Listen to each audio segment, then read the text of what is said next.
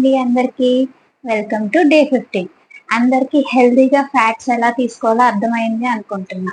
ఇంక ఈరోజు టాపిక్ లోకి వద్దాం. సోకింగ్ అండ్ స్ప్రౌటింగ్ అంటే నానబెట్టడం, మొలకలు చేయటం. ఇది కూడా ఒక టాపిక్. దీని గురించి కూడా మనం తెలుసుకోవాలా అనుకుంటున్నారా? సరే, అయితే ముందు ఒక చిన్న కథ చెప్పుకుందాం, ఓకేనా? ఏంటి అంటే, ఇది వరకు పూర్వకాలంలో బాటసారులు ఉండేవారు.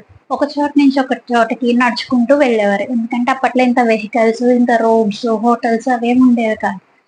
వాళ్ళు ఏం చేసేవారు, ఒక చోట నుంచి ఒక చోటకి వెళ్తున్నప్పుడు దారిలో తినడానికి ఫుడ్ ప్యాక్ చేసుకునేవాళ్ళు. ఇంకా దారిలో ఏదైనా క్రూర మృగాల వల్ల భయం ఉంటుందేమో అనుకొని ఏం చేస్తారు, ఒక కర్రో, రాయో, ఏదైనా షార్ప్ ఆబ్జెక్టో, కత్తో ఏదో ఒకటి బ్యాగ్ లో పెట్టుకుని వెళ్ళేవారు. దారిలో ఏమైనా సడన్ అటాక్స్ ఉంటే వాళ్ళు రక్షించుకోవడానికి. ఇంకా పరిగెత్తడానికి సిద్ధంగా ఉండేవారు, లేకపోతే పోరాటం చేయడానికి సిద్ధంగా ఉండేవారు. అంత ఎక్విప్మెంట్ తో వెళ్ళేవారు.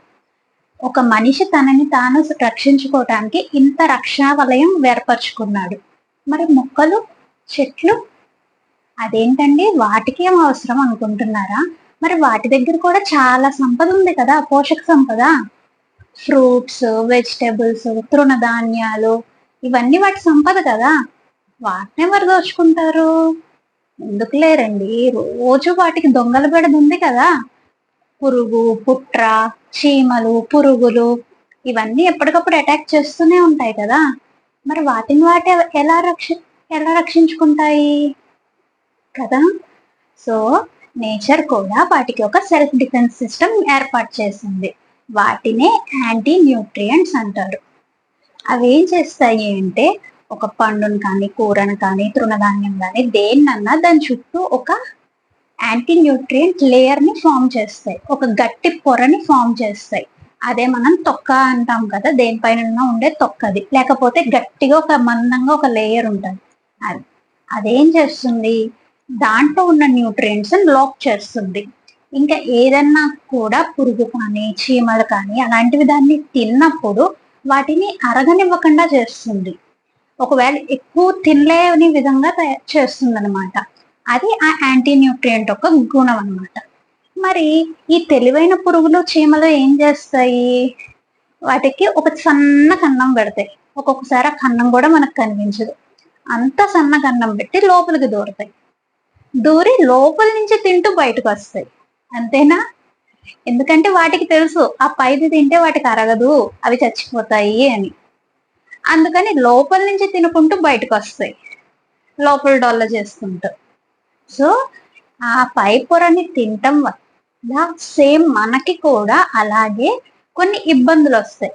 అది మనకి వెంటనే తెలియకపోవచ్చు, కానీ తినగా తినగా ఏంటి అంటే గ్యాస్ట్రిక్ ఇష్యూస్ రావటం, అరగకపోవటం, కడుపు నొప్పి రావటం అలాంటివి మనం వింటూనే ఉంటాం కదా. ఏదన్నా ఒక ఫుడ్ తిన్న తర్వాత మాకు అది పడట్లేదు అని, ఎందుకంటే అది మనం కరెక్ట్ గా ప్రాసెస్ చేయలేదని.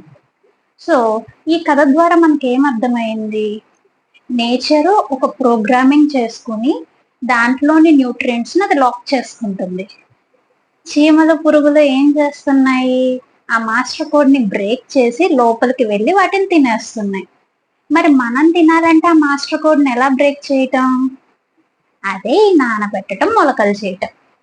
ఎప్పుడైతే నానబెడతామో అది, ఇప్పుడు విత్తనాలు ఉంటాయి కదా, వర్షం పడితే ఏమవుతుంది, మొలక అవ్వటానికి తయారవుతుంది, అప్పుడు ఓపెన్ అవుతుంది అనమాట. సో ఎప్పుడైతే నానబెట్టామో అవి ఓపెన్ అవుతాయి. ఓపెన్ అయినప్పుడు ఆ యాంటీ న్యూట్రియంట్స్ ఓపెన్ అవుతాయి.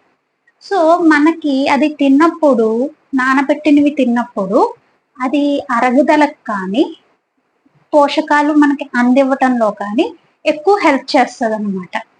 ఇక్కడ నన్ను కొంతమంది ఒక డౌట్ అడుగుతారు, ఏంటి అంటే, మరి అలా ఓపెన్ అయ్యింది అంటున్నారు కదా యాంటీ న్యూట్రియంట్స్ లాక్, మరి న్యూట్రియంట్స్ వెళ్ళిపోవా అని. వెళ్ళిపోతాయి, కానీ ఆ న్యూట్రియంట్స్ వెళ్ళిపోయి ఆ లాస్ కన్నా మనకి ఆ యాంటీ న్యూట్రియంట్స్ చేసే డ్యామేజ్ ఎక్కువ ఉంటుంది. సో ఆ లైట్ న్యూట్రియంట్ లాస్ ఏం మనకి అంత ఎఫెక్ట్ ఇవ్వదు. ఒకవేళ మనం ఆ యాంటీ న్యూట్రియంట్స్ తో తిన్నామనుకోండి, అది మన గట్ మీద ఇరిటేషన్ క్రియేట్ చేస్తుంది, ఇంకొకటి ఎలా అయితే అది పట్టుకుని ఉందో ఆ కాల్షియమో మెగ్నీషియమో ఏదో ఒక న్యూట్రియంట్ అది పట్టుకుని ఉంటుంది కదా, మన బాడీలోకి వెళ్ళినప్పుడు కూడా అది పట్టుకుని ఉంటుంది. అది మనకి అబ్జార్ప్షన్ కి యూజ్ అవ్వదు. సో కొంచెం న్యూట్రియంట్స్ లాస్ అయినా మిగతా న్యూట్రియంట్స్ మన బాడీ అబ్జార్బ్ చేసుకోగలుగుతుంది. పూర్తిగా అబ్జార్ప్షన్ లేకుండా అవి వేస్ట్ అయ్యేదానికన్నా కొంచెం లాస్ అయ్యి మిగతాది మన బాడీకి ఫుల్ గా ఎఫెక్టివ్ గా యూజ్ అవటం వల్ల అది మేలు చేస్తుంది.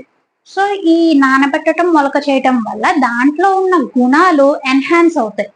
అంటే ఇప్పుడు ప్రోటీన్, ఫైబర్, న్యూట్రియంట్స్ ఆల్రెడీ అందులో ఉంటాయి, కానీ అవి మనకి వాడుకలోకి వస్తాయి అన్నమాట అది చేయటం వల్ల. ఇంకా అరుగుదల బాగా జరుగుద్ది.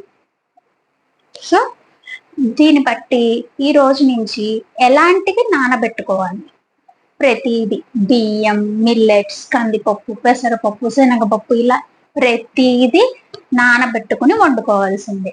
ఎంతసేపు నానబెట్టుకోవాలి?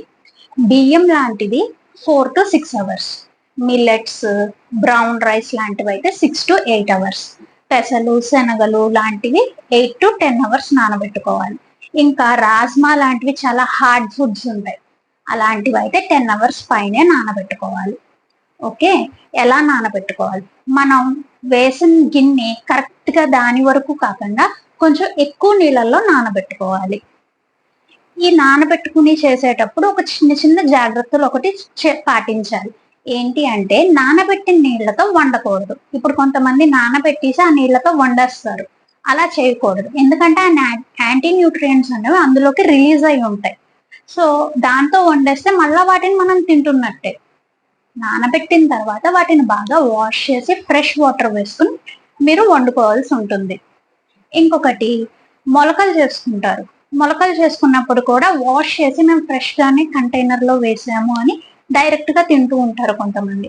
అది కూడా చేయకూడదు, ఎందుకంటే మొలకలు ఫామ్ అయినప్పుడు ఎంతో కొంత ఎక్కడన్నా ఒక బ్యాక్టీరియల్ గ్రోత్ అనేది జరిగే ఛాన్సెస్ ఉంటాయి, మనం ఎంత క్లీన్ గా మనం చేసినా. సో ఏంటి అంటే మనం మొలకలు అయిన తర్వాత కూడా వాటిని ఒకసారి శుభ్రంగా వాష్ చేసుకుని తింటే మంచిది. ఇంకా ఇక్కడ ఒక డౌట్ వస్తుంది కొంతమందికి, మరి విత్తనాలు ఇలాంటివన్నీ అయితే మేము నానబెట్టుకుని తింటున్నాము, మరి ఫ్రూట్స్, వెజిటబుల్స్ సంగతి ఏంటి అని. ఫ్రూట్స్, వెజిటబుల్స్ లో మన తృణధాన్యాలతో కంపేర్ చేసుకుంటే యాంటీ న్యూట్రియంట్స్ తక్కువే ఉంటాయి, ఎందుకంటే అవి ఎక్కువ నిలవ ఉండవు కదా. సో వాటిలో యాంటీ న్యూట్రియంట్స్ తక్కువ ఉంటాయి. మనం ఎప్పుడైతే పైన తొక్కలు తీసి తర్వాత వాటిని బాయిల్ చేసి తింటామో ఆ యాంటీ న్యూట్రియంట్స్ పర్సంటేజ్ అన్నది తగ్గిపోతుంది. సో వాటికి నానబెట్టే అవసరం ఉండదు. ఓకేనా? సో ఈ రోజు నుంచి మనం కూడా తెలివిగా నేచర్ చేసిన ప్రోగ్రామింగ్ కోడ్ ని డీకోడ్ చేయడానికి రెడీనా?